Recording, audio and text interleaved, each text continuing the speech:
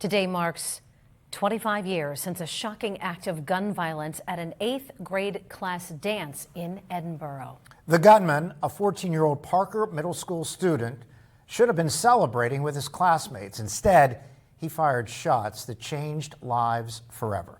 Teacher John Gillette was killed that night, now a quarter century later, and his daughter was ready to talk to our Lisa Adams about her family's loss. So Lisa, how old was she then? And big question, why is she talking now? Good questions. Good evening. Abby Gillette was 19 years old in April of 1998 when the shooting at Parker Middle School's 8th grade dance ripped her life apart. In seconds, Abby and her older brothers lost their dad forever. She's speaking now because as a victim, a mother, and a teacher herself, she knows something must change to protect other families from the senseless gun violence shaking our nation's schools.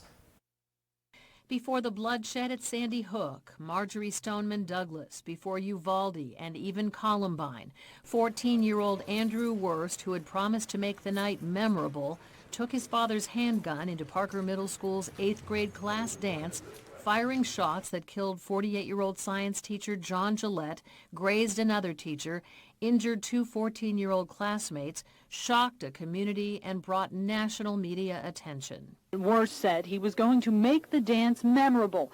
Memorable is an understatement for John Gillette's daughter, Abby Gillette Campbell, the youngest of his 3 children. What don't I remember? It's like it happened yesterday, and it's been 25 years. Abby, a teacher herself at Cambridge Springs Junior-Senior High, was then a 19-year-old Edinboro University sophomore, planning to follow in her father's footsteps. It's funny because he was 48 when he passed. I'm going to be 45. Like, I keep thinking, like, oh my gosh, like this is the fun time, raising your kids and watching them grow and graduations and all of that, and he missed all of it. Although the Parker 8th grade dance tragedy at Nick's Place was just the beginning of what would become an epidemic of senseless school gun violence in our nation, concerns about the culture even then almost changed Abby's mind about teaching. I was very scared. I thought, oh no, like is this something that I can really do? Not knowing what the state of our world was like at that point in time. I mean, it totally turned everything upside down for us, you know. But she went forward, changing her major from Earth and Space Science to special ed. I've been a special ed teacher for 21 years now. This is my 18th year in this building. Abby told me she's speaking out now because enough is enough. The Nashville Christian School shooting, a 28-year-old former student who fired 152 rounds, killing 3 children and 3 adults, pushing Abby out of her own anger to action. I'll always be a little angry. I miss my dad every day.